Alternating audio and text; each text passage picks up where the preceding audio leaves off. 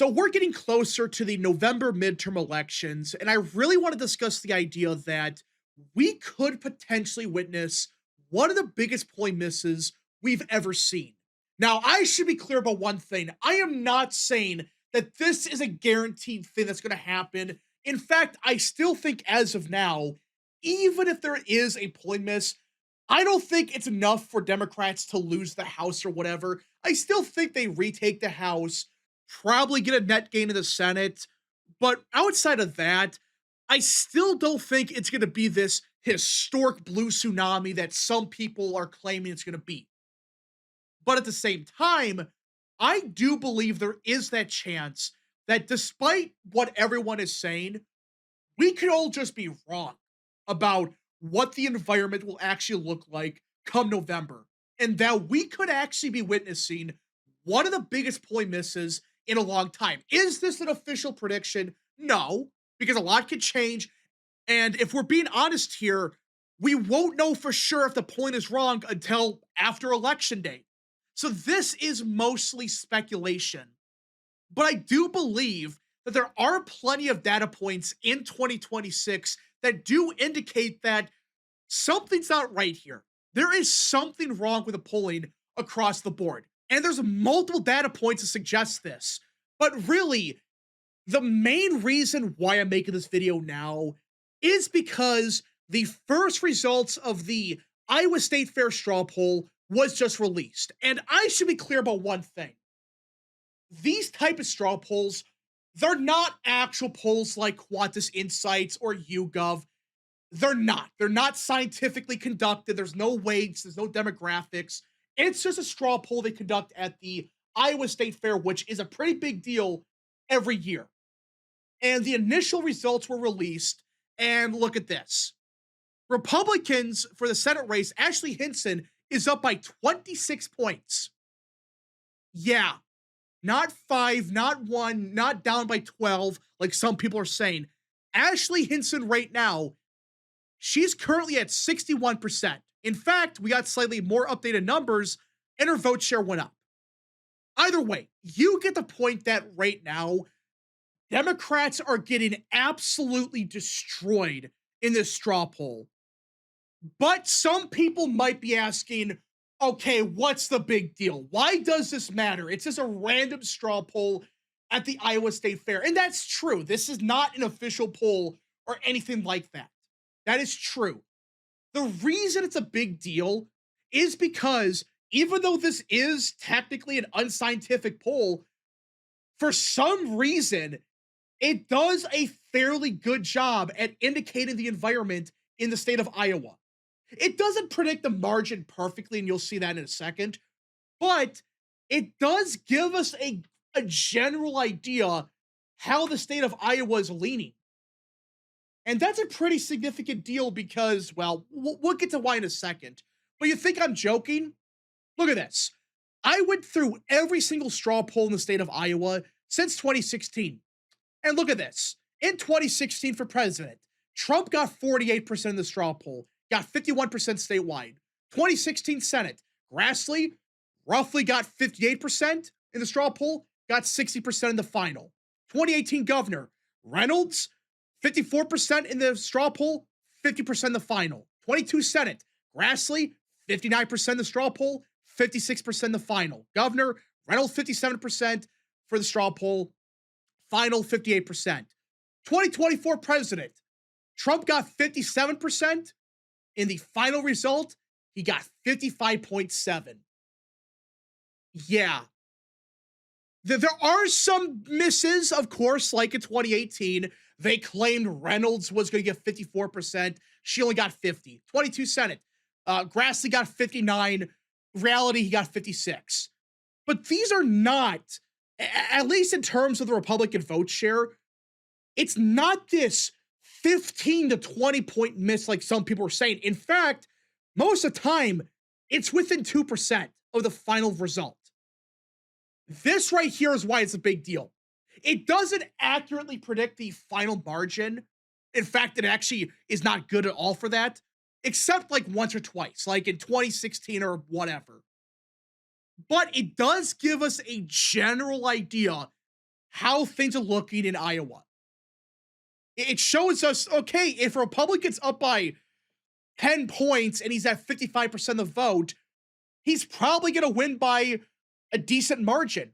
If they're up by 58%, they're going to probably win in a landslide.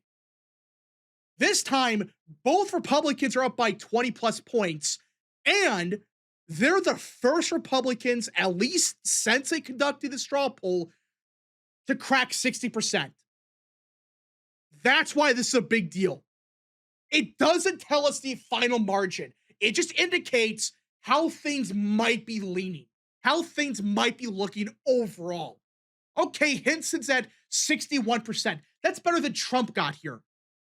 Zach Land, he's at 61% also, better than Trump. Now do people understand why this is very significant? But okay, let's ignore the history of the straw poll and let's just ignore all of that because I highly doubt that Hinson's going to win by 20 points or 25 points. She's not cracking 60. And the governor race, I think, will be very close either way. But guys, this straw poll, the reason I think people should take this more seriously, it's not the top line number that people should really look at and say, see, that's proof an R plus 30 environment. No. The reason I think this is a much bigger deal than some people are saying is because of who actually goes to the state fair. The state fair does tend to lean more Republican. Based on prior results, most of the time, yeah, Republicans tend to do a bit worse statewide than they do in the straw poll, but it does still indicate how the environment is looking. But guys, the people that go to the straw poll or the Iowa State Fair and they get polled here, these are the type of voters that if Republicans were truly doing 55 points worse with like some polls are showing, we would see this at the straw poll. We would. A lot of these voters 10, 15 years ago, they were Democrats. They were the Obama-Trump voters. These are the type of voters that if Republicans were truly down by 15 points nationwide, Iowa would be ground zero for this because Iowa is filled to the brim with these Obama-Trump voters. You think I'm joking? Look at 2012. Obama won Iowa by 6. He won it by even more in 2008. No shit. But in 2012, he beat Romney in Iowa by just under 5.5%, 5.5 to 6%. Look at some of these counties. Jasper County, Marshall, Boone, Webster. Obama won these areas by 6 to 10 points. Keep that in mind. In 2016, Trump won Iowa by 9. Look at Jasper. Trump plus 18. Webster, Trump plus 21. Boone, Trump plus 13. Warren, Trump plus 15. In 2012, Romney won Warren County, but by only 2 points. The reason I'm talking about these counties in particular is because they're right next to the state fair. Of course, it's a statewide event. I get that. Everyone across Iowa, they go to it. I get that. But really, these are the counties right next to the Iowa State Fair. These areas, at best for Romney, voted for him by like a point or two. At worst, they voted for Obama by 10 points. These are the voters that show up to these type of things. And if they were really turning against the Republican Party, why the hell would they be voting Republican at this random straw poll? Why? Why would they admit that, hey, everybody, I'm a Republican? Why?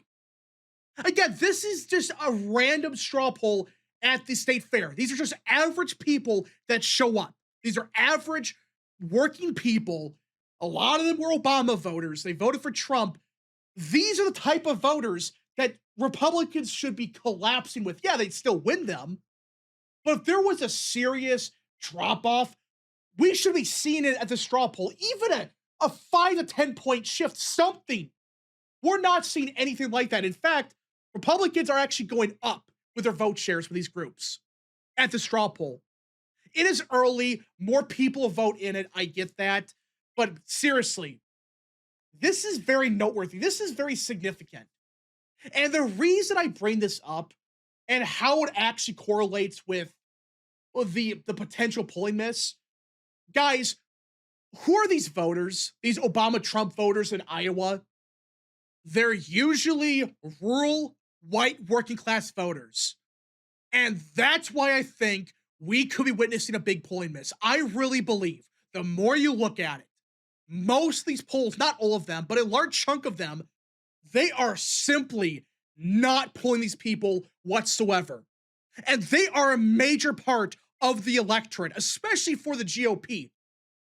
And if the pollsters are not successfully able to pull them, well, that may explain how some pollsters are showing a D plus 10 environment, D plus 15. Now, of course, this is not a scientific thing. This is not an official poll. I get that.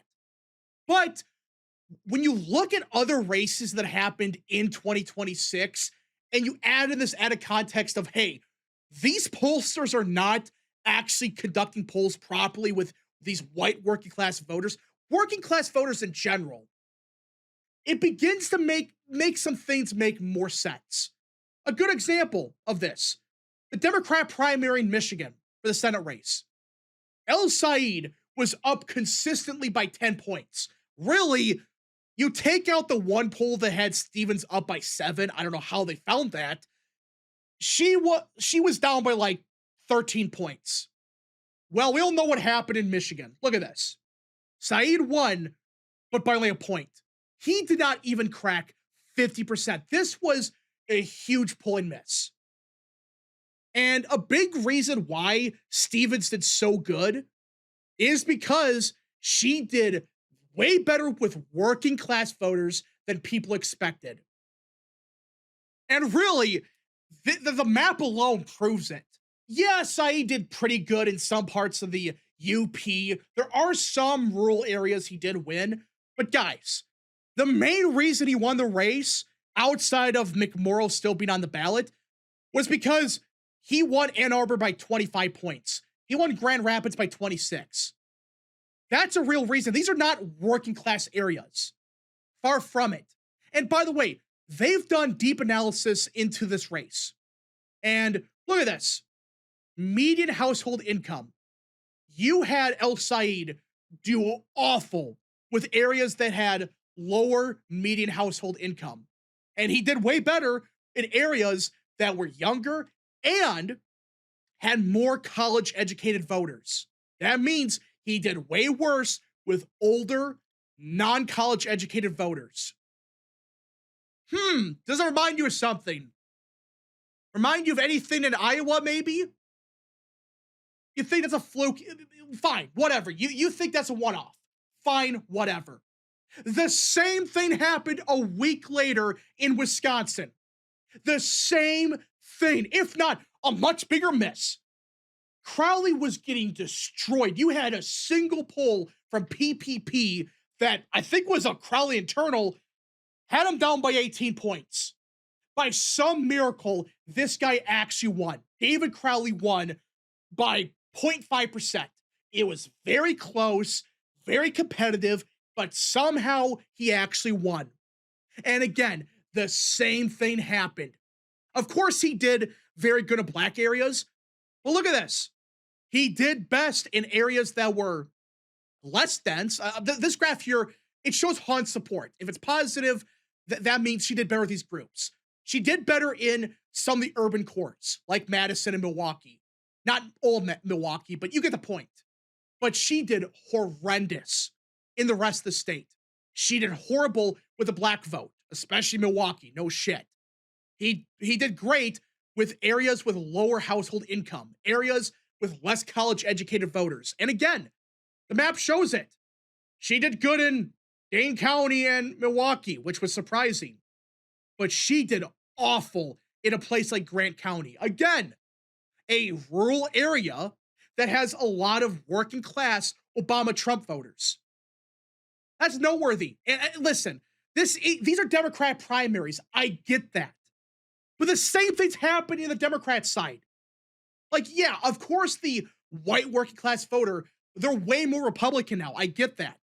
But the Democrats still have some white working class voters, especially in Wisconsin, in Michigan, in Iowa.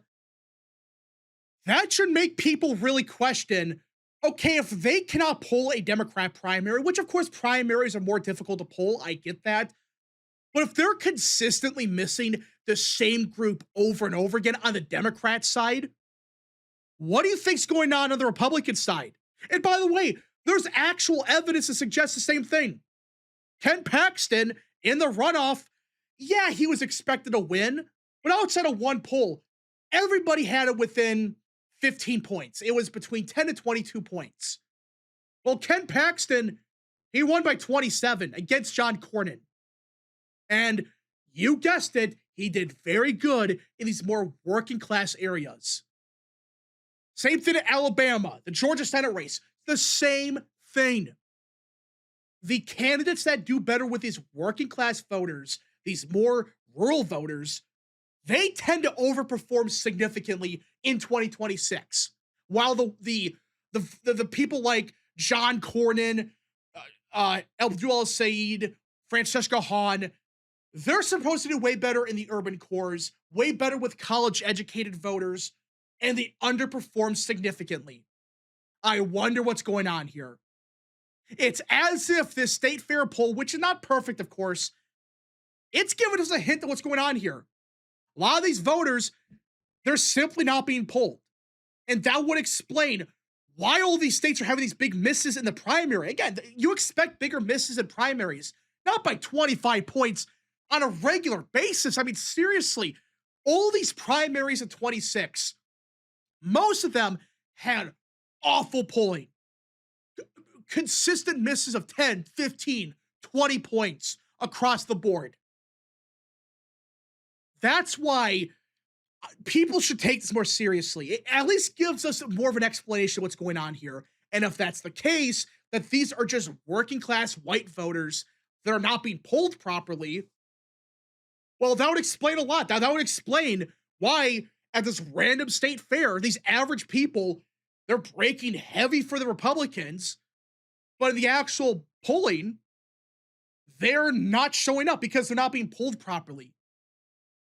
Makes you really wonder that could be an explanation. There are other reasons as well. And of course, the analysis is not perfect. Like Crowley did a lot better with black voters. They're not white working class voters, obviously, but still, David Crowley and Stevens did a lot better with these white working class voters. They voted way higher rates than people expected. If they're doing this in Democrat primaries, you would think they would show up in the general. But who knows? Maybe this is all a fluke. Maybe the polling is 100% right. We shall see, but I would say at the bare minimum, some people should try to take this into consideration. Maybe there is this big polling miss that's going to happen because these polls are simply missing millions of working class Obama-Trump voters that are not being polled at all. Anyways, folks, thank you so much for watching. If you guys did enjoy, smash the like button down below, subscribe, share with your friends, and of course, join the channel today. Godspeed to all of you.